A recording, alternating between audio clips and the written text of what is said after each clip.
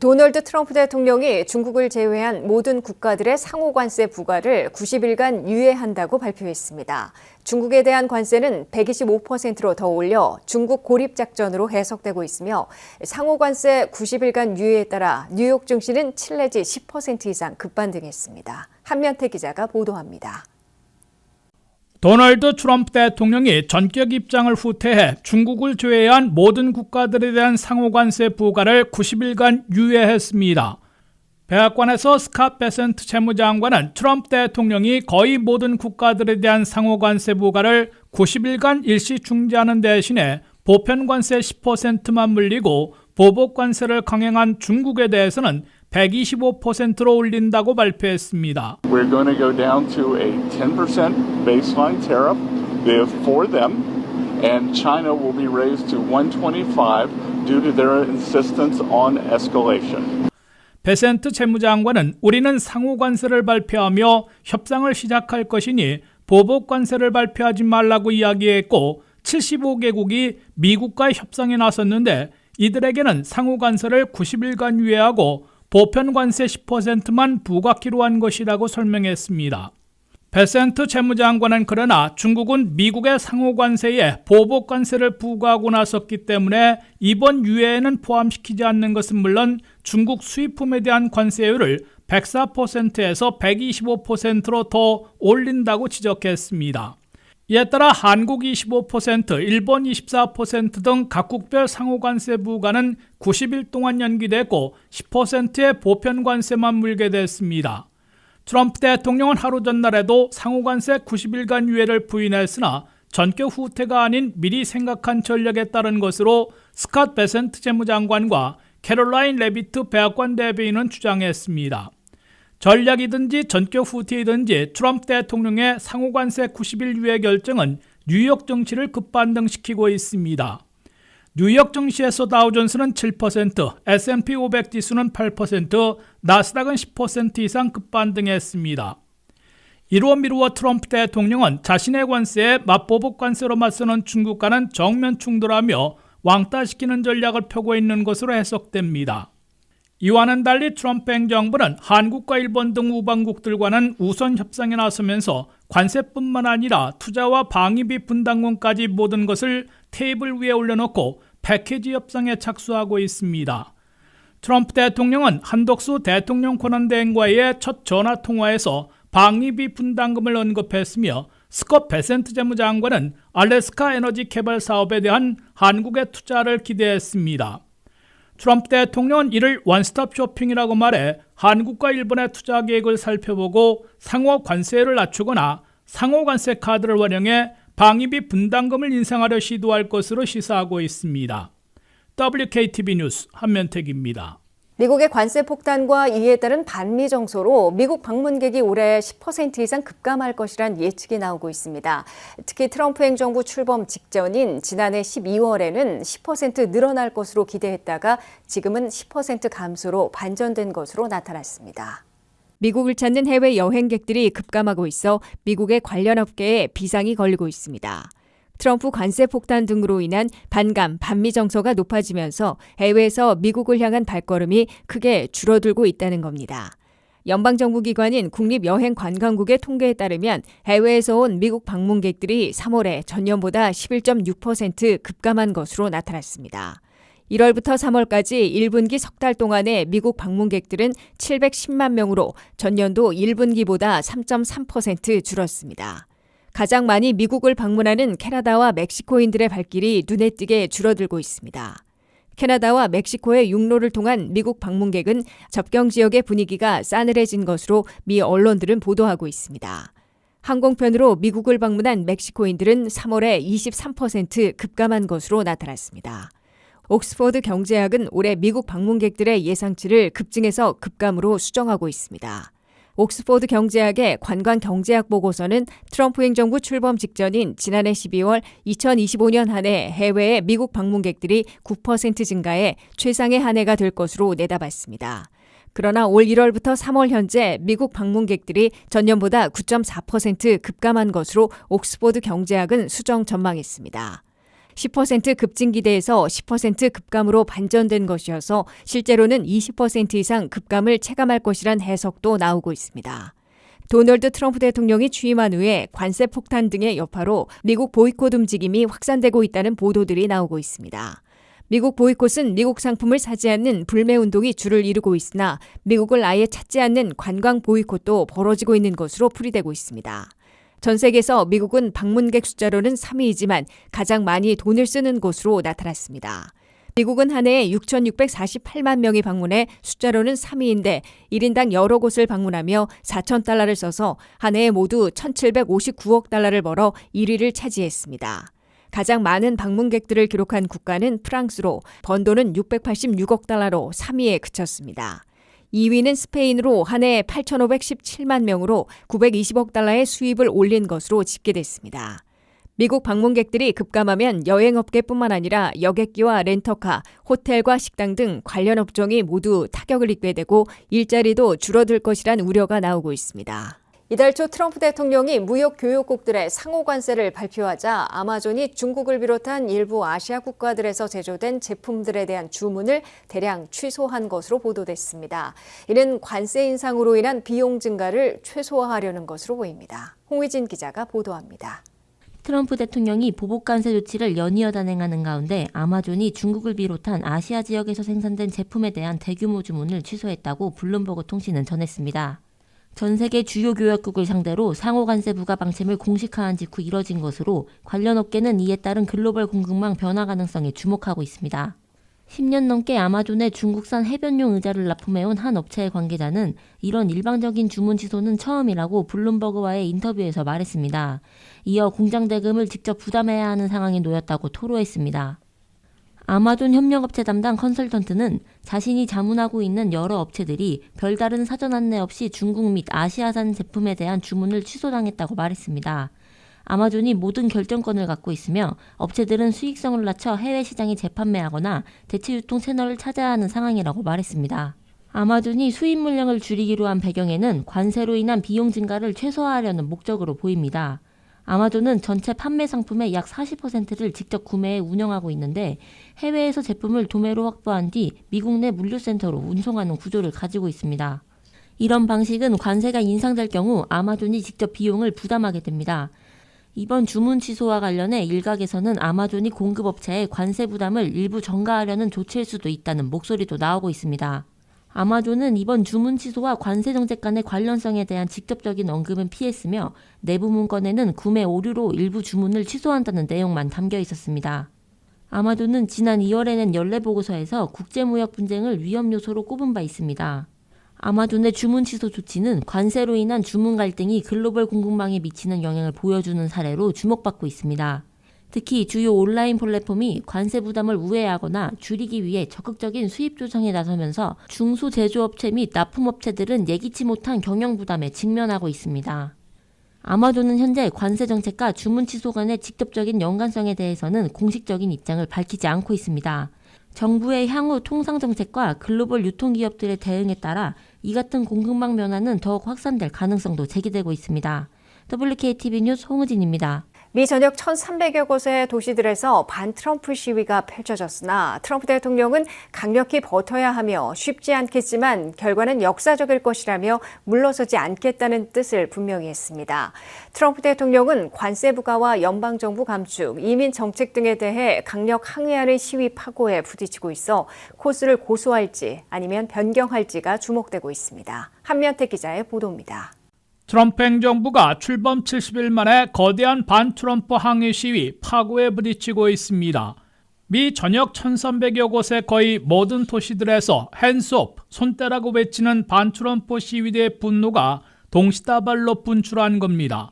동시다발 시위를 주도한 핸즈업, 손떼라, 추방과 해고 등의 노라고 저항하자 미국에는 왕이 없다, 트럼프와 머스크는 물러나라는 등의 팻말을 흔들면서 구호를 외쳤습니다.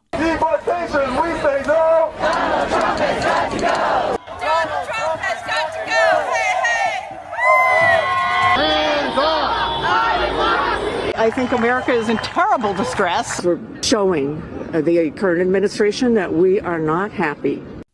워싱턴 DC 10만 명을 비롯해 뉴욕과 보스턴, 시카고와 애틀란타, 오스틴과 로스앤젤레스, 샌프란시스코 등 1,300여 곳의 150개 단체들이 공조로 최소 60만, 최대 100만 인파는 운집한 것으로 주최 측은 밝혔습니다.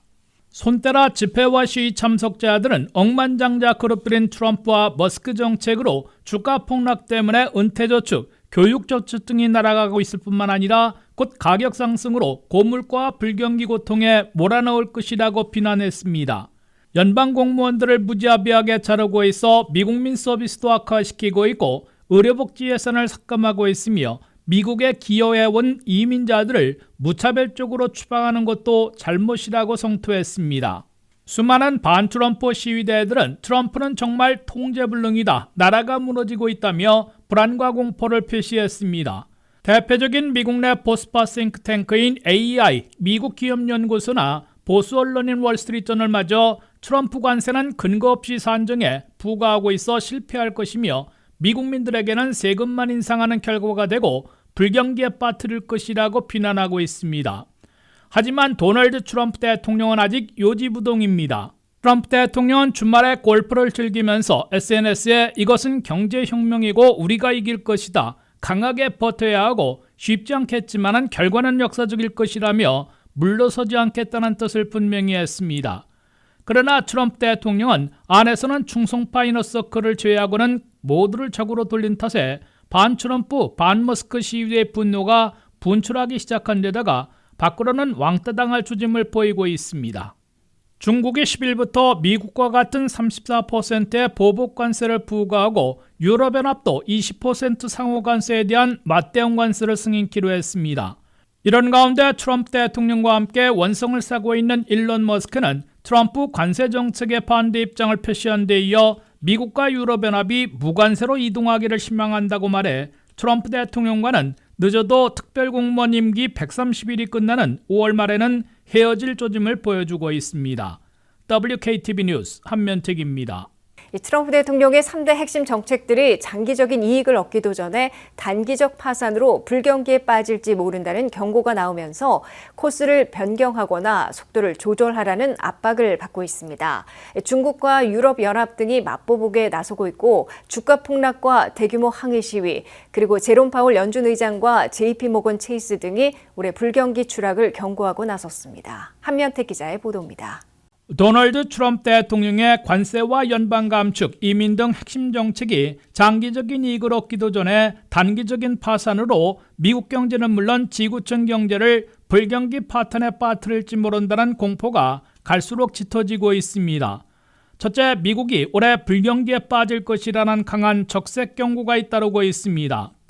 미국 중앙은행장인 제롬 파월 연준 의장은 지난 주말 현 행정부의 관세와 이민, 재정정책 등의 급격한 변화로 가격과 물가 상승, 고용이 예상보다 훨씬 더 가파르게 악화될 수 있다고 우려했습니다. It is now becoming clear that tariff increases will be significantly larger than expected. And the same is likely to be true of the economic effects, which will include higher inflation and slower growth. 미국 최대 은행 JP모건 체이스는 올해 미국 불경기 가능성을 기존의 40%에서 60%로 대폭 올렸습니다. 미국 실업률은 현재 4.2%에서 올 연말 5.3%로 급등하고 올 연말 경제 성장률은 마이너스 0.3% 후퇴로 불경기에 빠질 것으로 내다봤습니다.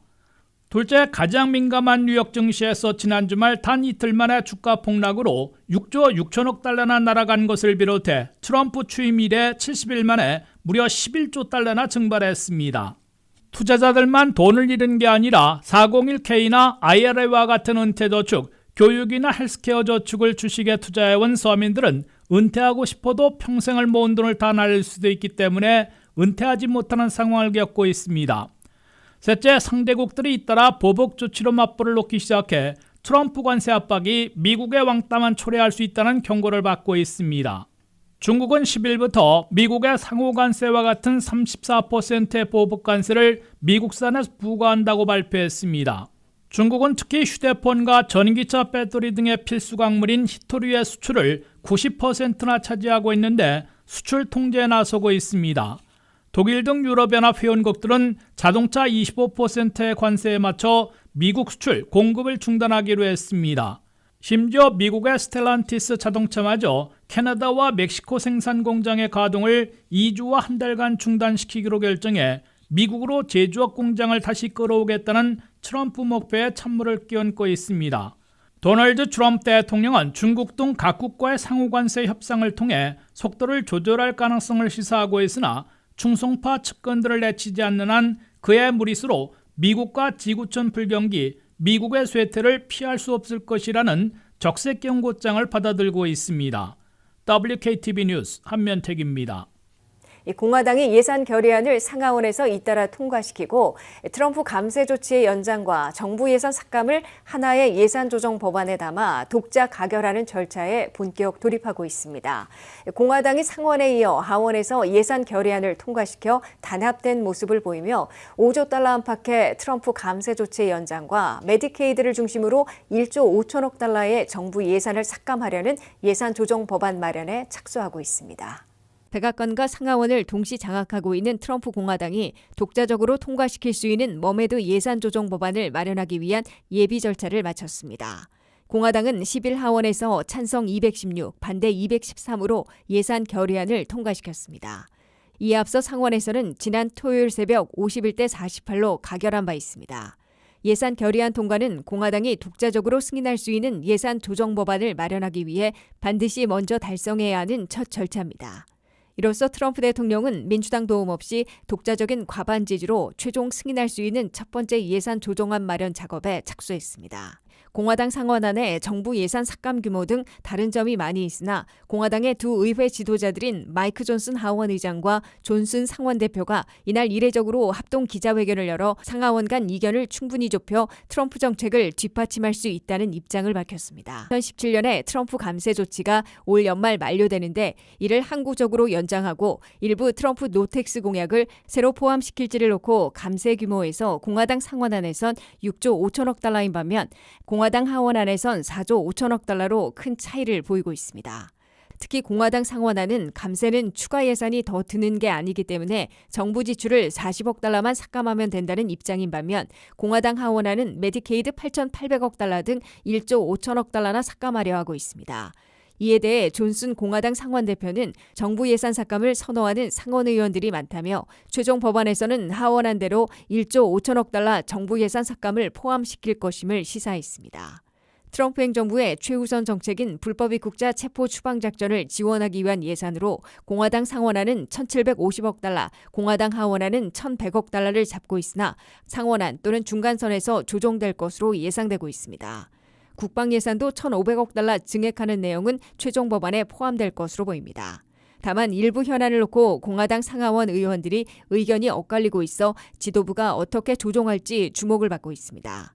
공화당은 상하원에서 동시에 자당 의원 3명 이상 이탈하면 안 되는 면도날 차이 다수당이어서 입장 조율에 부심하고 있습니다. 확장 메디케이드 폐지와 취업 의무화로 10년간 8,800억 달러 삭감한다는 방안을 놓고 일부 중도 온건파 공화당 의원들이 반대하고 있어 얼마나 조정될지 주시되고 있습니다. 또 태양열을 비롯한 클린 에너지에 대한 세제 혜택을 유지 또는 폐지할 것인지를 놓고 공화당 의원들 사이에서도 지역구 사정에 따라 찬반론으로 분열돼 있어 어떻게 조정될지 주목되고 있습니다. 미국의 3월 CPI 소비자 물가가 2.4%로 대폭 진정됐으나 관세 불안은 여전한 것으로 나타났습니다. 상호 관세는 90일간 유예돼 각국과 협상을 시도하고 있는 가운데 자동차 관세와 보편 관세는 부과되기 시작해 물가 불안 또는 경기 둔화 우려가 나오고 있어 금리 인하는 6월에나 가능해질 것으로 예상되고 있습니다. 한면택 기자가 보도합니다. 미국 대도시들의 물가를 보여주는 CPI 소비자 물가가 3월에 예상과는 달리 크게 진정된 것으로 나왔으나 관세에 따른 물가 불안이나 경기 둔화 우려는 여전한 것으로 해석되고 있습니다. 3월의 CPI 소비자 물가는 전달보다 0.1% 떨어지면서 전년보다는 2.4% 오른 것으로 진정됐다고 연방노동부가 발표했습니다. 2월의 CPI는 2.8%였기 때문에 한 달 만에 0.4포인트나 대폭 냉각된 것이고 경제 분석가들의 예측치 2.6%에도 못 미친 겁니다. 3월 CPI가 대폭 진정된 것은 휘발유 가격이 9.8%나 하락한 수준이고 전체 에너지 가격이 전년보다 3.3% 내린 수준을 보였기 때문으로 나타났습니다. 이에 비해 식품 가격은 전년보다 3% 여전히 올라 있습니다.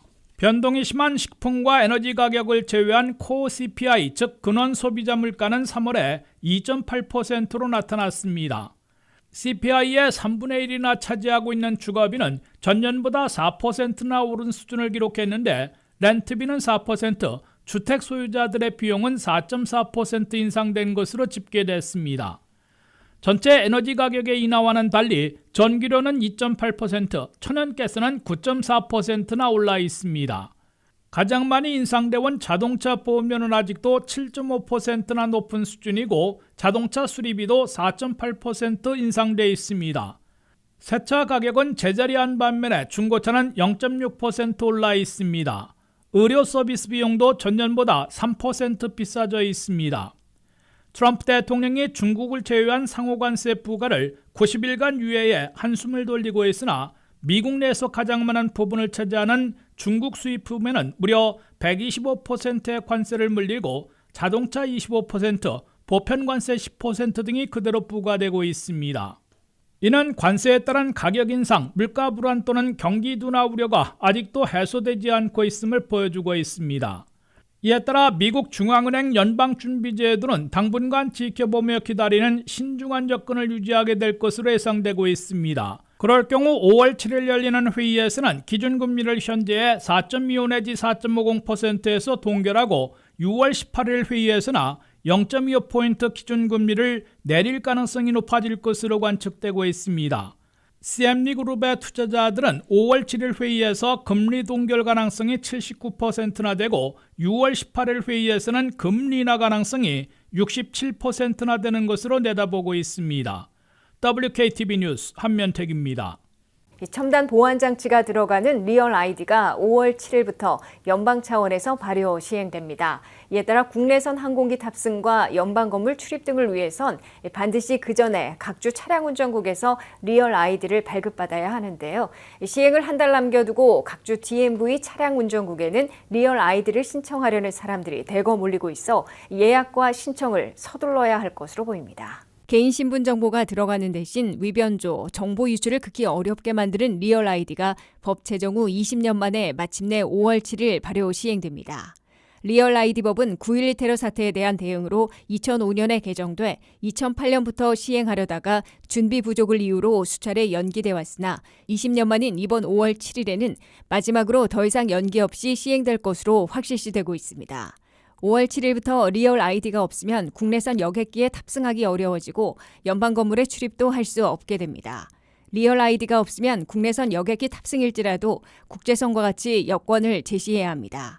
리얼 아이디는 각 주별로 다를 수 있으나 통상적으로 운전면허증에 스타를 표시하고 있습니다. 각 주별 DMV에서 리얼 아이디를 신청하려면 대체로 제시해야 하는 증빙 서류들이 많아 반드시 지침하고 직접 차량 운전국에 출두해야 합니다. 온라인으로 오픈되어 있는 일시에서 선택해 예약하고 요구되는 서류를 미리 준비해 지침하고 직접 예약한 차량 운전국 사무소에 나가야 합니다.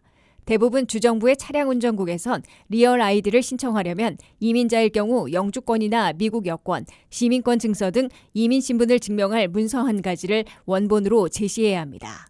또한 현재 갖고 있는 기존의 운전면허증으로 본인의 신원을 입증해야 합니다. 소셜 시큐리티 카드도 제시하도록 요구받고 있습니다. 해당 주 거주민임을 입증하는 두 가지 증명서류를 제출하도록 요구하고 있는데 부동산 계약서나 모기지 스테이트먼트, 유틸리티 빌 스테이트먼트 등 최신 것으로 제출해야 합니다. 시행일을 한 달밖에 남겨두지 않았기 때문에 리얼 아이디를 신청하려는 사람들이 대거 몰리고 있습니다. 리얼 아이디를 신청하려면 각주 DMV 차량 운전국 웹사이트에서 온라인으로 갈 수 있는 지역 사무소와 오픈되어 있는 일시를 선택해 예약을 해야 합니다. 요구되는 각종 증빙서들을 미리 준비해 예약된 일시에 예약된 장소에 직접 출두해 절차를 밟으면 됩니다.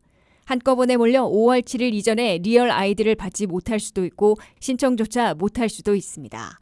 더욱이 5월 7일부터 시행되는 줄도 모르고 기존 운전면허증을 갖고 국내선 항공기에 탑승하려다가 막혀 낭패를 당하는 사례도 속출할 것으로 예상되고 있습니다. 이러한 낭패를 당하지 않으려면 국제선을 탈 때처럼 미국 여권으로 통과해야 할 것으로 권고되고 있습니다. 미 항공우주국 소속 우주비행사 조니 킴이 한국계 최초로 2명의 러시아 우주비행사와 함께 국제우주정거장에 무사히 도착했습니다. 화요일 카자흐스탄 바이코누르 우주기지에서 발사된 소유주 로켓은 발사 3시간 만에 국제우주정거장에 도킹하는 데 성공했는데요. 조니 킴과 러시아 우주비행사들은 약 8개월간 과학조사와 기술시연 임무를 수행한 후 돌아올 예정입니다. 홍의진 기자가 보도합니다. 한국계 최초로 우주에 진출한 나사 소속 우주비행사 조니 킴이 국제우주정거장에 무사히 도착해 동료들의 따뜻한 환영을 받았습니다. 나사가 중계한 영상에 따르면 조니 킴이 탑승한 러시아 소유주 우주선은 미 동부 시간으로 8일 오전 5시에 우주정거장에 도킹했고 약 2시간 후 출입구 해치가 열리며 조니 킴과 동료 우주비행사 2명이 우주정거장 내부로 들어갔습니다. 조니 킴은 이번 여행은 일생에 한 번 있는 기회였고 여기 있게 되어 영광이라고 통지센터와 화상회의를 통해 전했습니다. 조니 킴과 러시아 우주비행사들은 우주정거장에서 약 8개월간 머물며 과학조사와 기술시연 임무를 수행한 뒤 12월 9일 지구로 돌아올 예정입니다. 우주정거장에서 근무하는 우주비행사들은 일반적으로 평균 6개월간의 근무를 수행해왔습니다. 하지만 조니 킴의 비행을 시작으로 체류 기간을 8개월로 늘려 장기 우주 체류가 인체에 미치는 영향을 더 많이 조사할 계획입니다. 조니 킴은 한국계 이민자의 아들로 16세에 네이비실을 알게 된 후 해군 특수부대 중에서도 특수부대인 네이비실에 입대하여 엘리트 부대에 합류했고 이라크 자유작전 등 100회 이상의 전투에 참여했습니다. 전투 경험을 통해 사람들의 생명을 구하는 일에 관심을 가지게 된 그는 하버드 의대에 진학 후 의학박사 학위를 취득하고 의사활동을 했습니다. 이후 우주에 대한 꿈을 이루기 위해 나사 우주비행사에 지원했고 뛰어난 학문과 배경을 인정받아 우주비행사로 선발되었습니다. 그는 이 모든 과정이 자신의 꿈을 이루기 위한 여정이었다고 CBS 뉴스와의 인터뷰에서 전했습니다. 이어 조니 킴은 온라인 인터뷰에서 우리가 우주정거장에서 하게 될 과학 연구를 공유함으로써 다음 세대에 영감을 주는 데 기여할 수 있다는 것을 믿고 지지한다고 강조했습니다. 나사 우주비행사 조니 킴은 현대 우주비행사의 역할에 대해 설명하며 우주비행사는 맞는 제주꾼이라고 CBS 뉴스와의 인터뷰에서 말했습니다. 우주비행사로서 수행해야 하는 다양한 임무에 대해 언급하며 우리는 우주 유형을 수행하는 훈련을 한다고 말했습니다. 이어 우주정거장이 필요로 하는 모든 일을 한다고 말하며 우주비행사로서의 직무가 단순한 비행을 넘어서 여러 분야에 걸쳐 다양한 기술과 능력을 요구한다는 점을 강조했습니다. WKTV 뉴스 홍우진입니다.